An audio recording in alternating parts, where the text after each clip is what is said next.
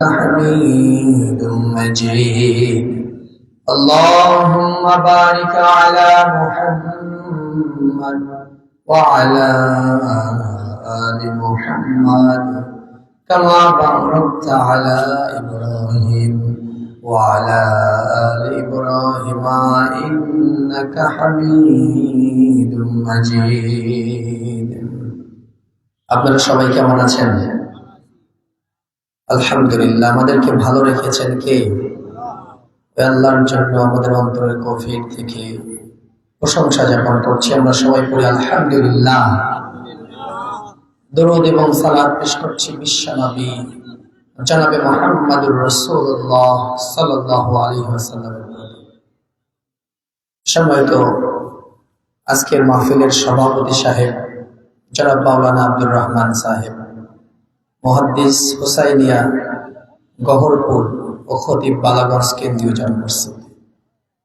আজকের মাহফিলের প্রধান অতিথি, বিশেষ অতিথিবৃন্দ এবং আপনারা যারা শুনতে এসেছেন, যারা ইতিপূর্বে নসিহা পেশ করেছেন, আল্লাহ তাআলার কাছে সকলের হায়াতে তাইয়্যিবা কামনা করছি।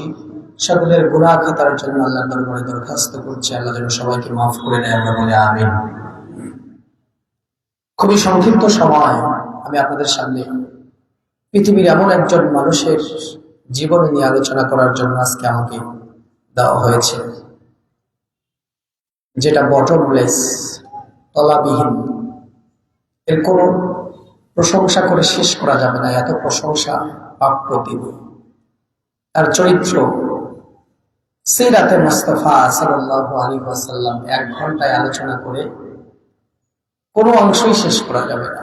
এত বড় বিশাল, এত বড় মহান চরিত্রের অধিকারী তিনি। সুবহানাল্লাহ বলেছেন, ওয়া ইন্নাকা লাআলা খুলুকিন আযীম। যে চরিত্রের কথা মহান আল্লাহ পাক কোরআনে বলেছেন, আযীম শব্দ ব্যবহার করেছেন। আপনারা জানেন 3টা জায়গায় আল্লাহ তাআলা আযীম শব্দ ব্যবহার করেছেন কোরআনে।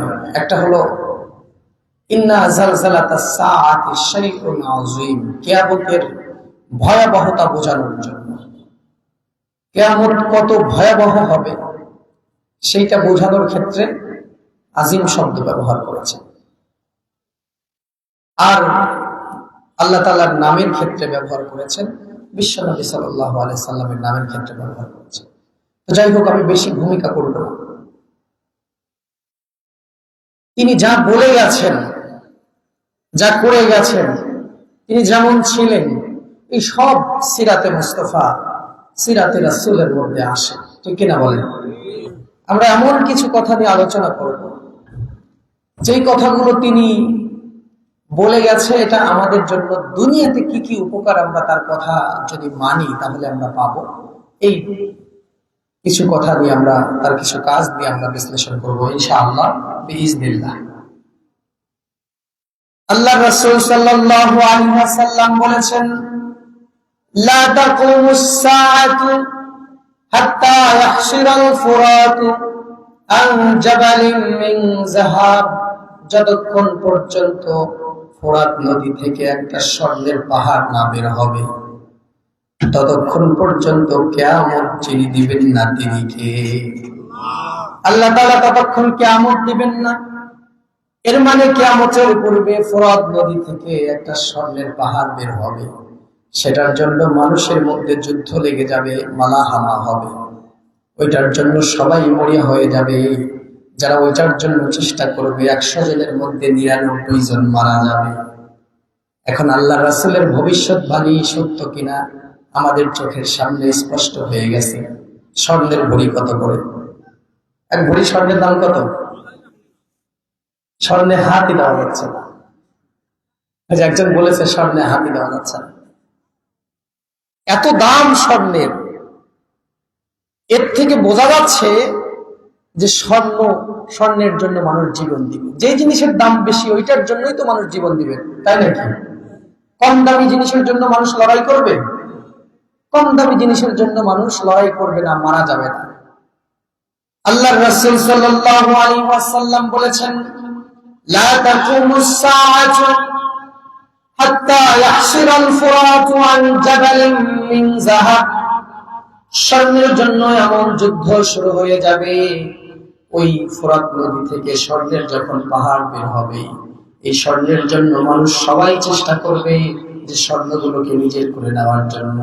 যারা যারা চেষ্টা করবে যুদ্ধে লিপ্ত হবে, 100 জনের মধ্যে 99 জন মারা যাবে।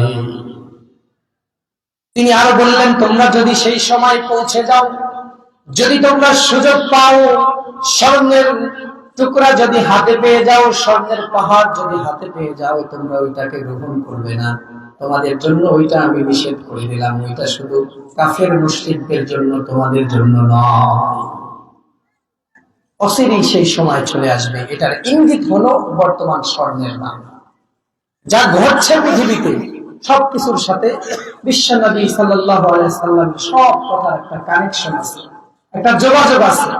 ১৫০০ বছর আগে ওই মরুর বুকে বসে থেকে মুহাম্মদ সাল্লাল্লাহু আলাইহি সাল্লাম বলেছেন, তিনি যা বলেছেন আজকে সেগুলো আমাদের সামনে আস্তে আস্তে প্রকাশিত হচ্ছে। একটা একটা করে আমরা সব বুঝতে পারছি যে সে ঘটতে চলেছে সেই ঘটনা, এবং তার কথা যদি আমরা মেনে নিই, জীবনে বাস্তবায়ন করি, তাহলে আমরা যে আখিরাতেই শুধু মুক্তি পাবো বিষয়টা এমন নয়, আমরা দুনিয়াতেও শান্তি পাবো। তিনি যে লাইফ লিড করেছেন, এইভাবে আমরা যদি অভ্যস্ত হই, আমরা আখিরাতের পাশাপাশি দুনিয়াতেও সফল হতে পারবো। আল্লাহর রাসূল সাল্লাল্লাহু আলাইহি সাল্লাম বলেছেন, তোমরা যখন পানি খাবে, পানি খাওয়ার মধ্যে 6টা সুন্নাহর কথা আল্লাহর রাসূল সাল্লাল্লাহু আলাইহি সাল্লাম বলেছেন। কয়টা? সবার বলতে হবে কয়টা? আমরা যখন পানিটা পান করি, আমরা ওই সময় এই সুন্নাহর কথাগুলো মনে করি না। যদি আল্লাহর রাসূলের সুন্নাহ মেনে পানি খাইতাম, পিপাসাও মিটতো, সওয়াবও পাইতাম। ঠিক কিনা বলেন? পানি কি জন্য খাই? পিপাসা মেটানোর জন্য না? যদি সুন্নাহ অনুযায়ী খাই, তাহলে কি পিপাসা মিটবে না? পিপাসা মিটবে। অতিরিক্ত আমি কি পাবো? সওয়াব পাবো। পিপাসাও মিটলো, আমি সওয়াবও পাইলাম। আজকে আমার আলোচনা এরকম হবে যে আল্লাহ রাসূল সাল্লাল্লাহু আলাইহি সাল্লাম তার জীবনে যা করেছে সেটা আমাদের জন্য কতটা কল্যাণ, এরকম যত যে কয়েকটা হাদিস উল্লেখ করতে পারি ইনশাআল্লাহ করব। সে যা যা করেছেন সব তো আমরা আলোচনায় নিয়ে আসতে পারবো না। কিছু কিছু জিনিস যেটা আমাদের জীবনের সাথে আমরা এখন এইগুলোতে পারলে চাইলে এগুলো করতে পারি, কিন্তু করি না। করলে কি কি উপকার, এগুলো আলোচনা করি। তাহলে যা বলছিলাম, এক গ্লাস পানি খাওয়ার মধ্যে সুন্নাহ কয়টা? 6টা। আপনার এলাকার মসজিদের ইমামকে জিজ্ঞেস করলে ওইটা বলে দিবে। 1 নাম্বার, আপনাকে বসে পান করতে হবে। 2 নাম্বার, ডান হাত দিয়ে গ্লাস ধরতে হবে, বিসমিল্লাহ বলে পান করতে হবে। 3 নিঃশ্বাসে পান করতে হবে। একদম ধরলেন আর খেয়ে ফেললেন ঢক ঢক করে না, 3টা নিঃশ্বাস নিতে হবে। পাত্রের দিকে তাকায় তাকায় পান করতে হবে। খাওয়ার শেষে আলহামদুলিল্লাহ বলতে হবে। এরকম 6টা সুন্নাহ আছে শুধুমাত্র 1 গ্লাস পানি খাওয়ার জন্য, আর আমরা শুধু ধরি আর খেয়ে ফেলি। পানিটা বাঁ হাত দিয়ে খাইলেও পিপাসা মিটবে, ডান হাত দিয়ে খাইলেও পিপাসা মিটবে, কিন্তু বাঁ হাত দিয়ে খাইলে রাসূলের সুন্নাহ মানা হলো না, ডান হাত দিয়ে খাইলে সুন্নাহও মানা হলো, পিপাসাও মিটলো। সুবহানাল্লাহ।